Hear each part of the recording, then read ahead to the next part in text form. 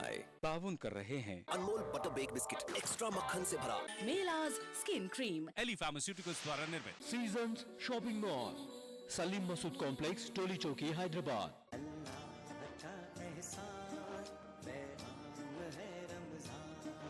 इफ्तार की फजीलत से जुड़े मुख्तलिफ मौज़ूआत, सेहत से जुड़े तिब्बी फवायद, साथ ही हम्दो नात का खूबसूरत नजराना से किनारा कर दो हिंदुस्तान के मुख्तलिफ शहरों से।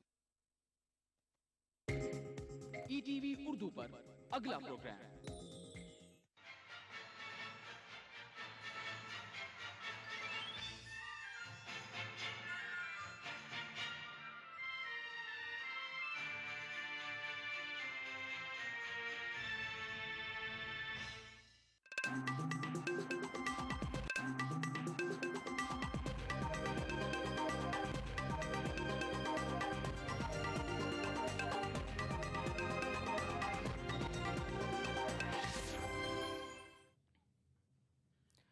नाज़रीन आदाब, ईटीवी खबरनामे में आपका खैर मकदम है। सबसे पहले सुर्खियों पर एक नजर।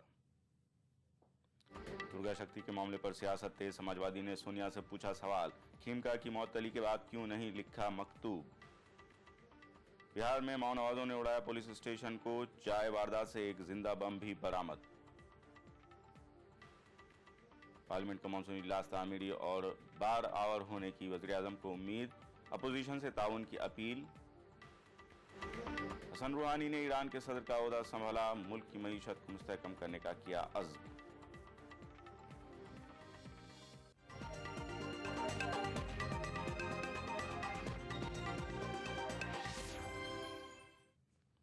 खबरनामे की तफसील। दुर्गा शक्ति मौतली मामले में कांग्रेस सदस्य सोनिया गांधी ने वज़ीर-ए-आज़म मनमोहन सिंह को मकतूब रवाना किया है। खत में सोनिया ने लिखा है कि अगरचे कि ये मामला रियासती हुकूमत और आईएएस अफसर के दरमियान है, लेकिन मुअत्तल अफसर के साथ नाइंसाफी ना हो। जवाब में समाजवादी पार्टी ने सोनिया गांधी पर हमला किया है। समाजवादी पार्टी ने सोनिया गांधी से सवाल पूछा है कि जब हरियाणा में अशोक खीमका का तबादला किया गया तो उन्होंने मकतूब क्यों नहीं लिखा। उत्तर प्रदेश में आईएएस दुर्गा शक्ति नागपाल की मुअत्तली का मामला गर्मा रहा है।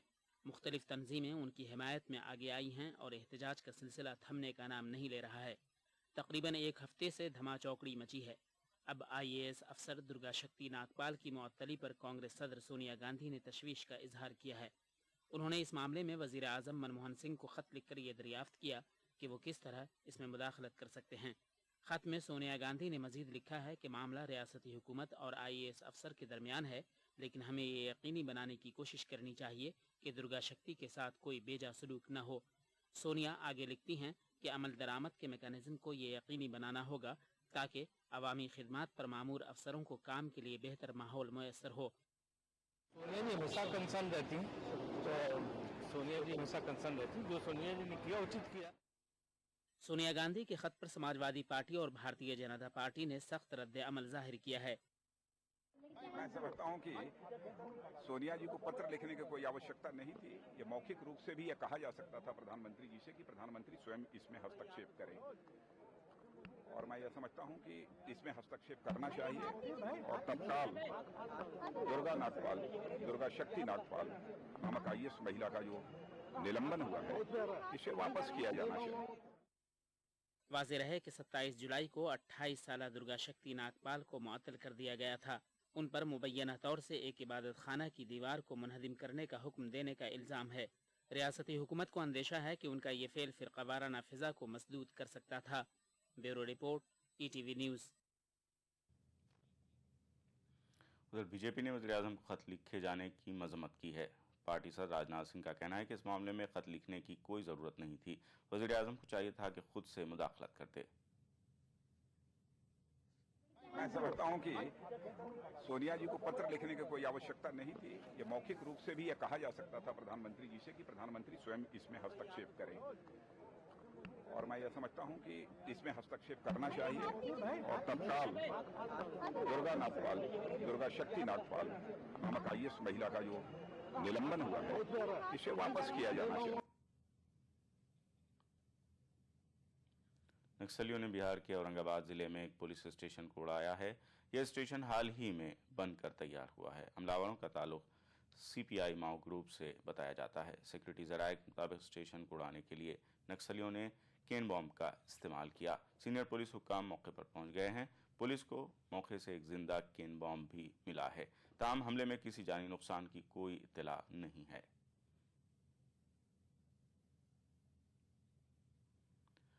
वज़ीर-ए-आज़म मनमोहन सिंह को भरोसा है कि पार्लियामेंट का मॉनसून सेशन तामीरी और बारावर साबित होगा। लोकसभा स्पीकर मीरा कुमार की जानिब से तलब की गई कुल जमाती मीटिंग के बाद वज़ीर-ए-आज़म मनमोहन सिंह ने मीडिया से बात करते हुए अपोजिशन से ताउन की अपील की। उन्होंने मजीद कहा कि हुकूमत उन तमाम मामलों पर बहस को तैयार है जिस पर उसे तशवीश है।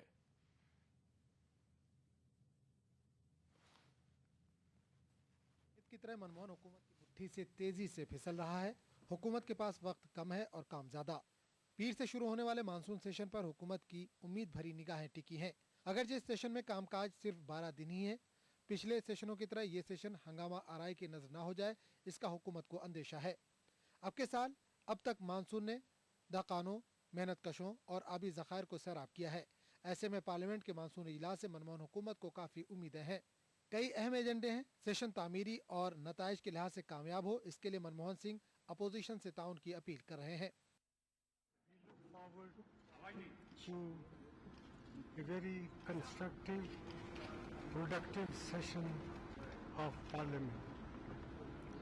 Lot of time was wasted in previous 2 or 3 sessions, and there is lot of legislative agenda pending before the Congress, before the Parliament, and I sincerely hope that all sections of the House will cooperate in making it a very productive, very constructive session. The government, on its part, is willing to discuss any issue which may agitate the opposition, but all that we respectfully ask the opposition is to cooperate with the government in passing the essential legislative work, which is the primary responsibility of Parliament.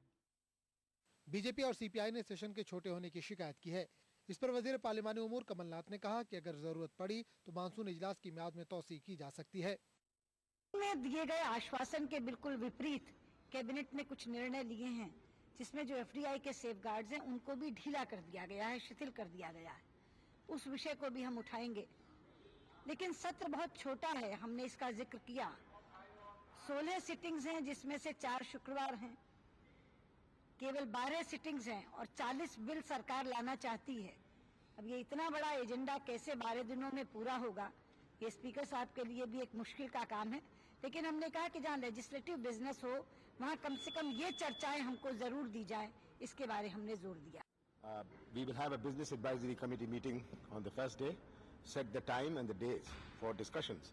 I have also said that we will be willing to extend the House beyond the 30th so that we can conclude any unfinished business which is there. वजीर पार्लिमानी उमूर कमलनाथ ने media से बात करते हुए कहा कि food security bill और हुसूल अराजी तरमीमी bill, whistle blower protection bill, direct tax code bill समेत कई अहम बिल एजेंडे में हैं। पार्लियामेंट का इजलास 5 से 30 अगस्त तक है। उधर डीएमके और टीएमसी ने अदलिया के हालिया कुछ फैसलों को मुकन्नना के दायरे कार में मुदाखलत से ताबीर किया है। इन दोनों जमातों ने जज अपॉइंटमेंट बिल मुतारुफ कराने का भी मुतालबा किया है। Bureau report, ETV news. Maharashtra हुकूमत ने रियासती वजीर नारायण राणे के फर्जंद और स्वाभिमान संगठना के सदर नीतीश राणे के मोदी के गुजरात मॉडल के ताल्लुक से दिए गए मुतनाज़े बयान की जांच करने का ऐलान किया है। महाराष्ट्र के वजीर दाखिला आर पाटिल का कहना है कि जांच में नीतीश राणे कसूरवार पाए गए तो उनके खिलाफ कार्रवाई की जाएगी। गुजरात के वजीर आला नरेंद्र मोदी के गुजरात मॉडल पर तनकीद करना और मोदी हमें गुजरातियों को महाराष्ट्र से चले जाने का मशवरा देना नीतीश राणे को महंगा पड़ सकता है। महाराष्ट्र के वजीर दाखिला आर पाटिल का कहना है कि नीतीश राणे के मुतनाज़ा ट्वीट की जांच कराई जाएगी और कसूरवार पाए जाने पर स्वाभिमान संगठन के सदर के खिलाफ कार्रवाई की जाएगी। ताहम नीतीश राणे का कहना है कि उनके बयान का गलत मफहूम निकाला गया। मेरा इसका सीधा स्टेटमेंट या सवाल था कि अगर सच्ची में अगर इतना ज्यादा डेवलपमेंट हो रहा है नरेंद्र मोदी इनके माध्यम से, तो उनके ही कम्युनिटी के लोग उनके ऊपर विश्वास रख के कि बाबा हमारे जो हम जहाँ स्टेट में इतना गुजराती है तो हमारे जो होम स्टेट है वहाँ अगर इतना डेवलपमेंट हो रहा है तो हमको वापिस जाना चाहिए। ऐसा अगर उनको लगता नहीं है तो मुझे नहीं लगता गुजरात में इतना डेवलपमेंट है। ऐसे मेरी भूमिका या ऐसा मेरा पॉलिटिकल स्टैंड, राजकीय भूमिका मैंने अपने ट्विटर के माध्यम से उधर कही थी। नीतीश राणे के ट्वीट पर बीजेपी ने सख्त रद्द-ए-अमल जाहिर किया और उसे कांग्रेस की खिसियानी बिल्ली खंबानोचे से ताबीर किया। दरअसल इसी तरह के बयान कांग्रेस पार्टी की कुशासन की कब्र खोदने में मददगार हो रहे हैं, क्योंकि कांग्रेस पार्टी के कुशासन का सिंहासन पूरी तरह से हिल रहा है और इसीलिए मोदी जी से जो डर और भय है वो कांग्रेस पार्टी के ऊपर से लेके नीचे तक के नेताओं में और कार्यकर्ताओं में साफ दिखाई पड़ रहा है। सियासी हलकों में भी नीतीश राणे के मुतनाज़ा ट्वीट पर शदीद नुक्ताचीनी की जा रही है। महाराष्ट्र कांग्रेस प्रदेश सदर मानिकराव ठाकरे ने भी इस बयान की मजम्मत की है। Bureau report, ETV news. BJP leader L के आडवाणी ने इंदिरा गांधी के दौर में मुल्क में नाफिज की गई इमरजेंसी के ताल्लुक से कहा कि उस दौर में एक मोड़ ऐसा भी आया जब ये लगने लगा था कि मुल्क से जमहूरियत का खात्मा होने वाला है। आडवाणी ने आगे कहा कि मुल्क के दस्तूर ने इजहार राय की आज़ादी दी है, जिसके नतीजे में हमारा मुल्क एक अजीम और मिसाली जमहूरियत के रूप में आज दुनिया के सामने खड़ा है। एल के आडवाणी दिल्ली में एक किताब की इजराई तकरीब से खिताब कर रहे थे। इस मौके पर बीजेपी के सीनियर लीडर ने मुल्क की आज़ादी और तकसीम हिंद के वाक़यात पर भी रोशनी डाली। लोकतंत्र है, सजीव है, और अगर लोकतंत्र है, सजीव है, तो उसका एक प्रमुख कारण है कि अभिव्यक्ति की स्वतंत्रता जो है वह संविधान में लिखी हुई है और उसके ऊपर संकट अगर एक बार आया है तो केवल मात्र 1975 में आया और 75 से लेकर के 77 तक का वो 19 महीने का कार्यकाल ऐसा था कि लगभग लोकतंत्र समाप्त हो गया। खबरों का सिलसिला जारी रहेगा एक वक्फे के बाद। क्या खास है आज इफ्तार में? Brown and Polson custard powder इफ्तार खास बनाए।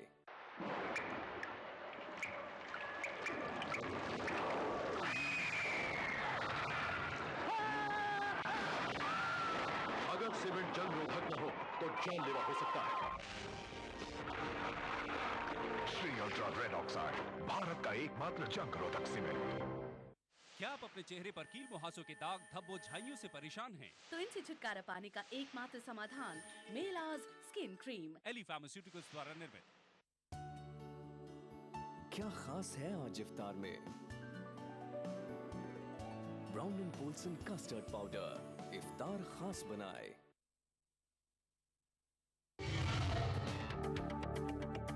दुनिया अपडेट में इस हफ्ते देखिए पाकिस्तान में दिनों दिन बढ़ती तालिबान की ताकत। बांग्लादेश की बड़ी सियासी पार्टी जमाते इस्लामी को हाई कोर्ट का झटका, चुनाव लड़ने पर लगाया बैन।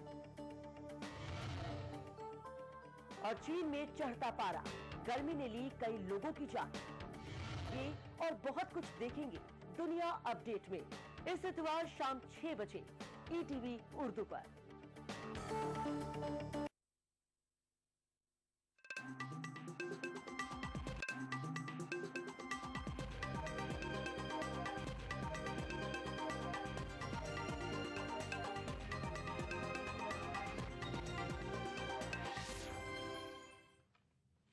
खबरनामे में एक बार फिर आपका खैर मकदम है।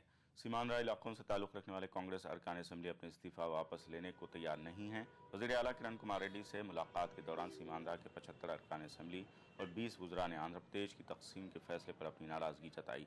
सीमांध्रा के लीडरों की मीटिंग में 3 करारदादें मंजूर की गईं, जिसके तहत रियासत को मुत्तहदा रखना, आला सतह की कमेटी को आंध्रा अवाम के जज्बात से वाकिफ करवाना और इज्तिमाई तौर पर इस्तीफे देना शामिल हैं। इस्तीफे देने वालों में पीसीसी सदर और वज़ीर आला का नाम भी शामिल होगा। इस मीटिंग में कांग्रेस हाईकमान के मुबस्सिर भी मौजूद थे।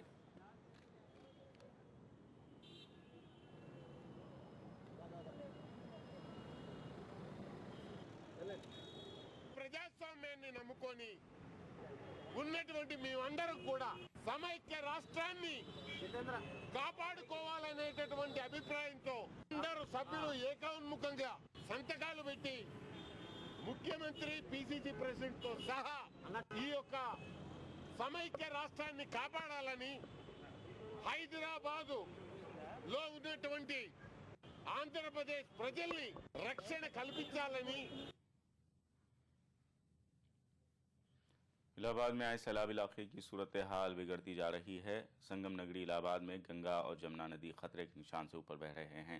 गंगा और जमुना में आई बाढ़ ने इलाहाबाद के तमाम नशीबी इलाकों को अपनी लपेट में ले लिया। इलाहाबाद के शहरी इलाके में 5000 से ज़्यादा मकान बाढ़ में डूब चुके हैं, जबकि कई सड़कें और रास्ते मुतासर हुए हैं। सैलाब की वजह से हज़ारों लोग अपना घर छोड़कर महफूज मकामात पर मुंतकिल हो गए हैं। दोनों नदियों का सतयाब खतरे के निशान से ऊपर आ गया है। डीएम ने मुतासरा इलाकों का दौरा करके हालात का जायजा लिया।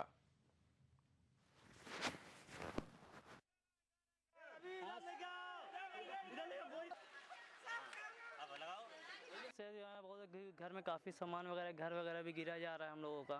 अभी 3-4 मकान हम लोग के बगल में था, वो भी गिर गया है। और जहाँ तक प्रशासन की बात करते हैं, पता है कोई सपोर्ट नहीं कर रहा, आप देख ही रहे हैं यहाँ पास। और हम लोग आ जा रहे हैं अपनी मर्जी से बस, और प्रशासन से कोई मतलब है नहीं, कौन कहाँ है कुछ पता नहीं चल रहा है। हम लोग भी छात्र हित के नाते जो है यहाँ पे जो लोग हैं, हम लोग मिल करके 5-7 लोग मिल करके जो है हम लोगों ने यहाँ पे प्रयास किया कि आएँ, लोगों को जागरूक करें कि लोग वहाँ से बाहर निकल कर आएँ। कुरुल जनपद में 35 ग्रामीण क्षेत्रों में गांवों के कचारी क्षेत्र अफेक्ट हुए हैं और नगरीय क्षेत्र में 7 हमारे मोहल्ले अफेक्ट हुए हैं। अब पानी स्थिर हो गया है, अब उम्मीद है कि धीरे धीरे पानी जो घटना आज शाम से शुरू हो जाए।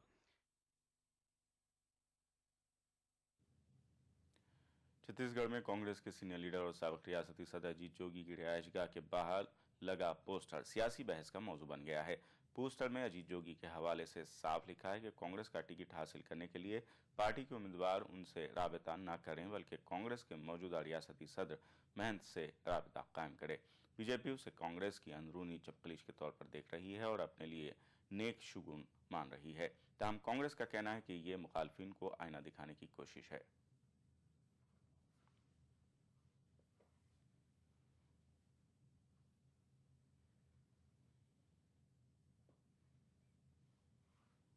कर लिया है और शायद उन्होंने पूरे प्रदेश अध्यक्ष जी के अधिकार को महत्व देने के लिए और एक झूठी भ्रामक ये विचारधारा को फैलाया जाता है विरोधी पक्ष की ओर से, उनको आईना दिखाने के लिए उन्होंने ऐसा डाला है। ऐसा मेरा व्यक्तिगत विचार है कि जब सामने वाली जो विपक्ष पार्टी रहती है, जो शायद एक कॉन्टेस्ट में रहती है लड़ने के लिए, यदि वो कमजोर होगी, यदि उसमें फूट होगी, तो निश्चित तौर पर इसका फायदा मिलता है।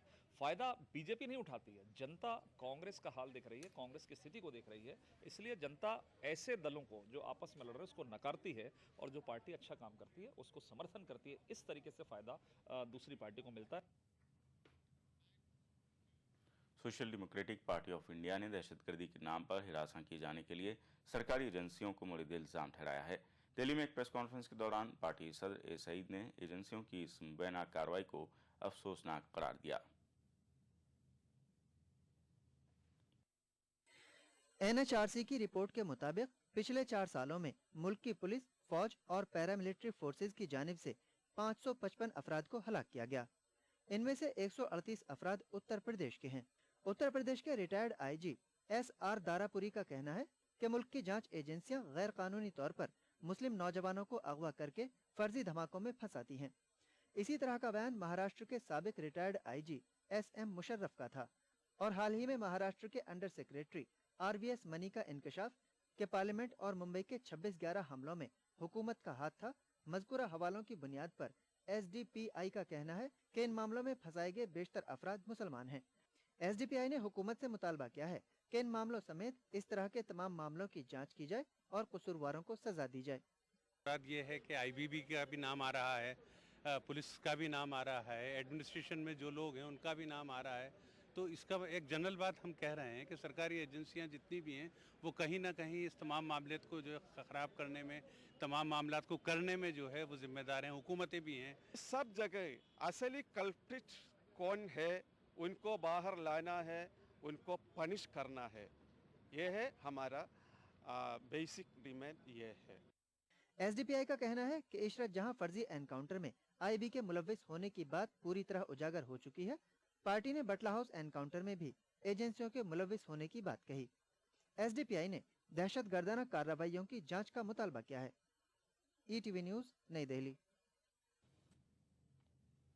गैंगस्टर अबू सालिम की एक अर्जी पर सुप्रीम कोर्ट कल अपना फैसला सुना सकता है। अबू सालिम ने अपने खिलाफ जारी तमाम मुकदमात को खारिज करने की सुप्रीम कोर्ट से अपील की है। वाज़ेह रहे कि पुर्तगाल की सुप्रीम कोर्ट ने अबू सालिम की हवालगी को कलअदम करार दिया है। पुर्तगाल की अदालत उज़्मा के मुताबिक हिंदुस्तान ने हवालगी कानून की खिलाफ वर्जी की है। चीफ जस्टिस पी सत्याशिवम की सदारत वाली एक बेंच ने 9 जुलाई को अबू सालिम की अर्जी पर अपना फैसला महफूज रखा था। CBI ने भी अदालत से कहा था कि पुर्तगीज हुकूमत से किए गए वादे को पेश नज़र रखते हुए एजेंसी अबू सालिम पर लगाए गए बाज़ इल्ज़ामात को वापस ले सकती है। जेट एयरवेज ने हैरत अंगेज तौर पर टिकटों की कीमतों में कमी का ऐलान किया है। जेट एयरवेज ने एक हफ्ते के लिए 7 लाख डोमेस्टिक टिकटों को कम कीमत पर मुतारिफ कराने का ऐलान किया है। ऐलान के मुताबिक 750 किलोमीटर तक के फ़िज़ाई सफ़र के लिए 1777 रुपये की टिकट रखी गई है, जबकि 1000 किलोमीटर तक के सफ़र के लिए 2777 रुपये और 1000 किलोमीटर से ज़ायद फासले के लिए 3777 रुपये टिकट रखी गई है। कंपनी के मुताबिक इन कीमतों से इस्तिफ़ादा करने के लिए 9 अगस्त से पहले बुकिंग करनी होगी, जबकि सफ़र 10 अगस्त के बाद होगा। खबरों का सिलसिला जारी रहेगा एक वक्फे के बाद। नया राजस्थान, ये युवा राजस्थान, युवा शक्ति बन जिसकी पहचान मन चाही शिक्षा मिला रोजगार, अब जाके पूरे हुए मेरे अरमान। युवाओं की मंजिल का सफर आज रफ्तार पकड़ रहा है। सरकारी क्षेत्र में पिछले 4 वर्षों में 1,35,000 से ज्यादा शिक्षित युवाओं को मिली नौकरी। 2013-14 बजट में 1.5 लाख से ज्यादा युवाओं को नियुक्तियां देने का प्रावधान। विगत 4 वर्षों में स्थापित नए राजकीय और निजी उच्च शिक्षण संस्थानों में युवा अपनी रुचि के अनुरूप अनेक विधाओं में महारत हासिल कर रहे हैं। 168 कौशल विकास केंद्रों में हजारों युवा ले रहे हैं कौशल प्रशिक्षण और पा रहे हैं निजी क्षेत्रों में रोजगार। स्नातक युवाओं जिनके परिवारों की समस्त स्रोतों से वार्षिक आय 1 लाख रुपए तक है, उनमें धैर्य और संबलन के लिए शुरू किया बेरोजगारी भत्ता। मुख्यमंत्री स्वावलंबन योजना के तहत हस्तशिल्पियों को ऋण चुकाने पर ब्याज में 5% का अनुदान। राष्ट्रीय स्तर के खिलाड़ियों को भी अब राजकीय सेवाओं में 2% आरक्षण। राष्ट्रीय और अंतर्राष्ट्रीय पदक जीतने वाले खिलाड़ियों की पुरस्कार राशि में 10 गुना की वृद्धि के साथ कई सुविधाएं। हम नहीं, कामयाबी के रास्ते हमारी राहें तकते हैं। ख्वाबों को पंख लगे, बढ़ा स्वाभिमान, ये है युवा राजस्थान मेरा, नया राजस्थान मेरा, युवा राजस्थान। कभी छोटी सी शरारत बन जाए आफत, और जिंदगी is good, TT Innovair, TT is good। जहाँ सुरक्षा का हो काम, वहाँ सिर्फ एक ही नाम, कोयोलॉक्स। सुरक्षा आपकी, विश्वास हमारा, कोयोलॉक्स। क्या खास है आज इफ्तार में? Brown and Polson custard powder इफ्तार खास बनाए।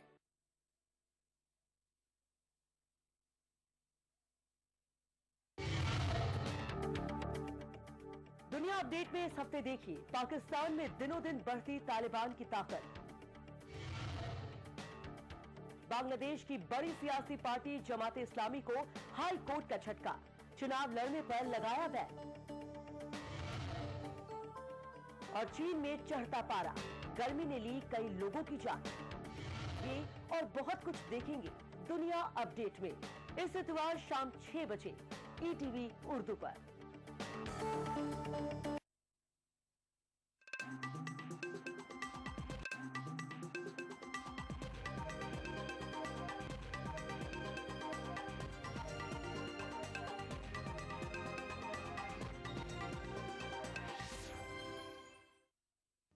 खबरनामे में एक बार फिर आपका खैर मकदम है। बरतानिया की शहजादी डायना पाकिस्तानी सर्जन डॉक्टर हसनात खान से शादी करके पाकिस्तान में सुकूनत इख्तियार करना चाहती थीं। इसके लिए डायना ने खुफिया तौर पर डॉक्टर हसनात के अहल खाना से मुलाकात भी की थी। इमरान खान की मुतल्लिका बीवी जमीमा खान ने एक आर्टिकल लिखते हुए डायना की निजी जिंदगी के कुछ पहलुओं पर से पर्दा उठाया है। जमीमा ने लिखा है कि डायना पाकिस्तान की तर्ज माशरत जानना चाहती थीं, इसलिए वो उनसे दोस्ती रखे हुए थीं। हसन रूहानी ने बाज़ाब्ता तौर पर ईरान के सदर का ओहदा संभाल लिया है। हसन रूहानी का कहना है कि मुल्क की मईशत में सुधार उनकी अव्वलीन तरजीह होगी। हसन रूहानी आज अपने ओहदे का हलफ उठाएंगे। तेहरान में मुनक़िदा एक तक़रीब में ईरान के सुप्रीम लीडर आयतुल्लाह अली ख़ामनई ने मुल्क के नए सदर की हैसियत से हसन रूहानी के नाम की तौसीक़ की। बहैसियत सदर हसन रूहानी ने अपने पहले खिताब में कौमी और बैनुल अक़वामी मफाद के मुख्तलिफ मौज़ूआत पर रोशनी डाली। हसन रूहानी ने कहा कि वो एतदाल पसंदाना रविश इख्तियार करेंगे और मुल्क की तामीर व तरक्की के लिए काम करेंगे। उन्होंने कहा कि मुल्क को इक़्तिसादी बहरान से बचाना उनकी अव्वलीन तरजीह होगी। हसन रूहानी ने कहा कि वो मुल्क को बैनुल अक़वामी इक़्तिसादी पाबंदियों से निजात दिलाने की भी कोशिश करेंगे। जहदगीरी दौलत निजात इक़्तिसाद ईरान इहयाए अखलाक व तआमुल साज़ंदे बा जहान ख़वाहद बुद। दौलत बीश व पीश अज़ हर चीज़